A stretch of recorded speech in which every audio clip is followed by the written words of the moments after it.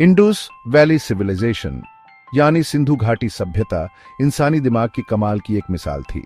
ये तकरीबन 5500 ईसा पूर्व में सिंधु नदी के किनारे फली फूली। ये सभ्यता, जिसके बड़े शहर हरापा और मोहेंजोदड़ो थे, आज के अफगानिस्तान, पाकिस्तान और इंडिया के कुछ हिस्सों तक फैली हुई थी।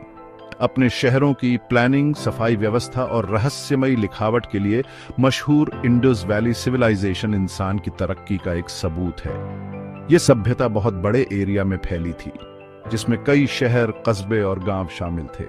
20वीं सदी की शुरुआत में हड़प्पा की खोज ने पुराने साउथ एशिया को समझने में एक नया मोड़ ला दिया। कुछ 100 मील दूर मोहेंजोदड़ो में खुदाई ने इस सभ्यता की ग्रैंडर और खोल कर रख दी। ये शहर, जो बहुत सोच समझकर बनाए गए थे और अपने टाइम के हिसाब से काफी मॉडर्न थे, इनमें पब्लिक बैथ्स, ड्रेनेज सिस्टम्स और अनाज के भंडार जैसी इंफ्रास्ट्रक्चर थी। इस विशाल सभ्यता में वेट्स, मेजर्स और ईंटों तक का एक जैसा होना उनके सेंट्रलाइज्ड गवर्नेंस और सोफिस्टिकेटेड अर्बन प्लानिंग के बारे में बहुत कुछ बताता है। लेकिन इंडस वैली सिविलाइजेशन का अंत करीब 1900 ईसा पूर्व में एक रहस्यमय तरीके से हुआ। इसके कई थ्योरीज हैं, जैसे क्लाइमेट चेंज, हमला और प्राकृतिक आपदाएं। लेकिन असली कारण अभी भी इतिहासकारों के बीच बहस का विषय है। हजारों साल बीत जाने के बाद भी सिंधु घाटी के लोगों की विरासत आज भी हमें इंस्पायर करती है और ह्यूमन सिविलाइजेशन के विकास के बारे में जानकारी देती है। खास तौर पर अर्बन प्लानिंग और पानी के मैनेजमेंट में उनकी इनोवेटिव सोच आज भी रेलेवेंट है। इंडस वैली सिविलाइजेशन का एक सबसे बड़ा रहस्य है इसकी अनडिसिफर्ड स्क्रिप्ट, यानी अभी तक न समझी जा सकी लिखावट। सील्स, पॉटरी और दूसरी चीजों पर मिली ये लिखावट अपने रहस्यमयी सिंबल्स के साथ दशकों से स्कॉलर्स को उलझा रही है। कई कोशिशों के बावजूद इस लैंग्वेज को पूरी तरह से समझा नहीं जा सका है। ये स्क्रिप्ट ज्यादातर लोगोग्राफिक है, यानी सिंबल्स पिक्चर्स की तरह होते हैं, और इसमें सैकड़ों अलग अलग सिंबल्स हैं, जिनके साथ अक्सर एब्स्ट्रैक्ट डिजाइन्स भी होते हैं। रिसर्चर्स ने इस स्क्रिप्ट के बारे में कई थ्योरीज दिए हैं। कुछ का मानना है कि ये ड्राविडियन लैंग्वेज है, जबकि कुछ इसे इंडो एरियन मानते हैं। रोजेटा स्टोन जैसा कोई इंस्क्रिप्शन न मिलने से इसे डिसाइफर करना मुश्किल हो रहा है। लेकिन कंप्यूटेशनल लिंग्विस्टिक्स में एडवांसमेंट और नए इंस्क्रिप्शंस की खोज से उम्मीद है कि आगे चलकर इसे समझा जा सकेगा। इंडस स्क्रिप्ट की कॉम्प्लेक्सिटी और सोफिस्टिकेशन से पता चलता है कि उनके पास रिकॉर्ड कीपिंग और कम्युनिकेशन का एक डेवलप्ड सिस्टम था।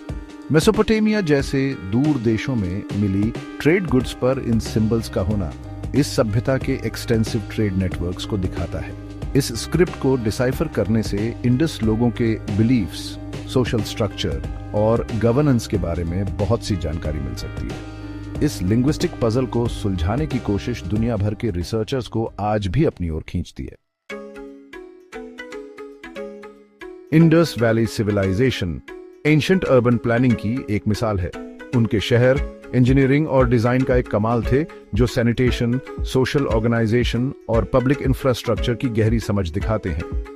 ग्रिड सिस्टम, जो उनके अर्बन डिजाइन की खासियत थी, शहर के अंदर मूवमेंट और ऑर्गेनाइजेशन को आसान बनाती थी। चौड़ी सड़कें राइट एंगल्स पर इंटरसेक्ट करती थीं, जिससे शहर रेक्टेंगुलर ब्लॉक्स में बंट जाता था, जो उस जमाने के हिसाब से बहुत एडवांस्ड था। मोहेंजोदारो और हड़प्पा, जो दो सबसे बड़े झांत शहर हैं, इस सोफिस्टिकेटेड अर्बन प्लानिंग को दिखाते हैं।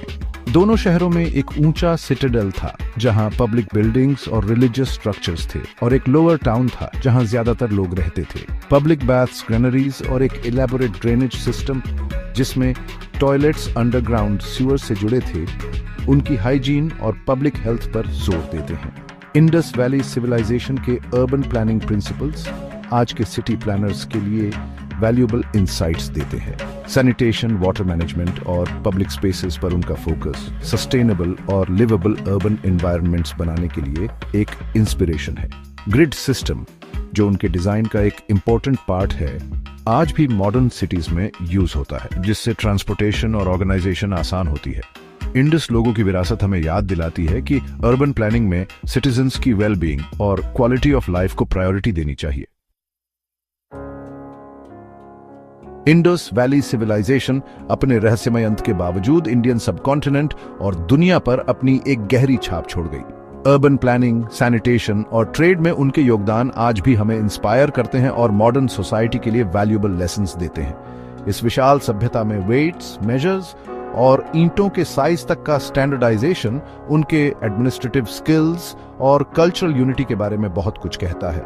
मोहनजोदड़ो के ग्रेट बाथ और कुओं और ड्रेन्स के एलैबोरेट नेटवर्क में दिखने वाले उनके सोफिस्टिकेटेड वाटर मैनेजमेंट सिस्टम्स उनकी इंजेन्युइटी और पानी के महत्व की समझ को हाईलाइट करते हैं। हालांकि हम इंडस लोगों से हजारों साल दूर हैं, फिर भी उनकी विरासत आज भी मॉडर्न इंडिया में दिखती है। हाइजीन और सैनिटेशन पर उनका जोर, जो उनके अर्बन प्लानिंग का हिस्सा था, आज भी पब्लिक हेल्थ इनिशिएटिव्स में दिखता है। इसके अलावा उनकी विरासत सिर्फ टैंजिबल चीजों तक सीमित नहीं है। उनके शहरों में फोर्टिफिकेशंस की कमी से पता चलता है कि वो पीसफुल कोएग्जिस्टेंस में बिलीव करते थे, जो आज के समय के लिए एक वैल्यूएबल लेसन है। लेकिन कुछ बड़े डिफरेंसेस भी हैं। मॉडर्न सिविलाइजेशन, जो टेक्नोलॉजिकल एडवांसमेंट्स और ग्लोबलाइजेशन से ड्रिवन है, ऐसे चैलेंजेस फेस कर रही है जो इंडस लोगों के समय में नहीं थे। इंडस्ट्रियलाइजेशन ने इकोनॉमिक ग्रोथ को तो बढ़ावा दिया है, लेकिन साथ ही एनवायरमेंटल डिग्रेडेशन और क्लाइमेट चेंज जैसी प्रॉब्लम्स भी पैदा की है, जिन पर ध्यान देना जरूरी है। इंडस वैली सिविलाइजेशन, जिसने सस्टेनेबिलिटी और हार्मोनियस लिविंग पर जोर दिया, इन कंटेम्पररी चैलेंजेस से निपटने के लिए वैल्यूएबल लेसन्स देती है। उनकी कहानी हमें याद दिलाती है कि प्रोग्रेस हमारे प्लैनेट या फ्यूचर जनरेशंस की वेलबींग की कीमत पर नहीं होनी चाहिए। इंडस वैली सिविलाइजेशन, जो रहस्यों से घिरी है लेकिन वैल्यूएबल लेसन से भरी है, आज भी हमारी कल्पना को अपनी ओर खींचती है। उनकी इंजेन्युइटी, जो उनके अर्बन प्लानिंग, स्क्रिप्ट और आर्टिस्ट्री में दिखती है, ह्यूमन सिविलाइजेशन के बाउंडलेस पोटेंशियल का एक सबूत है। जैसे जैसे हम उनके सीक्रेट्स को अनकवर करते हैं, हम न सिर्फ पास्ट को समझते हैं, बल्कि एक मोर सस्टेनेबल और इक्विटेबल फ्यूचर बनाने के लिए वैल्यूएबल इनसाइट्स भी पाते हैं।